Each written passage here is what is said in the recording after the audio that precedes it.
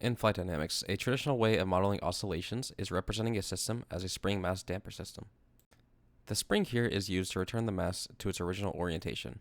In this setup, the fluid around the spring, as well as the internal friction of the spring, act as a damper in our system. The damping ratio of a system is a parameter that defines how much the system is damped and characterizes the response of the system.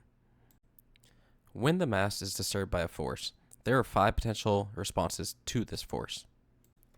When the damping ratio is negative, the system is unstable. Oscillations will grow as time goes on.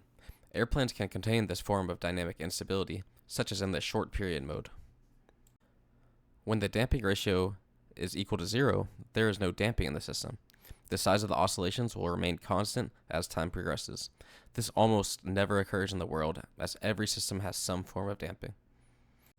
When the damping ratio is greater than 0, but less than 1, we have an underdamped system. In this system, the mass will overshoot the equilibrium point and oscillate around equilibrium. In some engineering situations, this may be useful as long as the oscillations die out within a certain time period. At a damping ratio exactly equal to 1, the system is critically damped. In this system, the mass will perfectly reach equilibrium in the shortest amount of time and not oscillate at equilibrium. This is the desired damping ratio for many engineering applications. When the damping ratio is greater than 1, we have an overdamped system. This system does not oscillate, but takes longer to reach equilibrium than a critically damped system.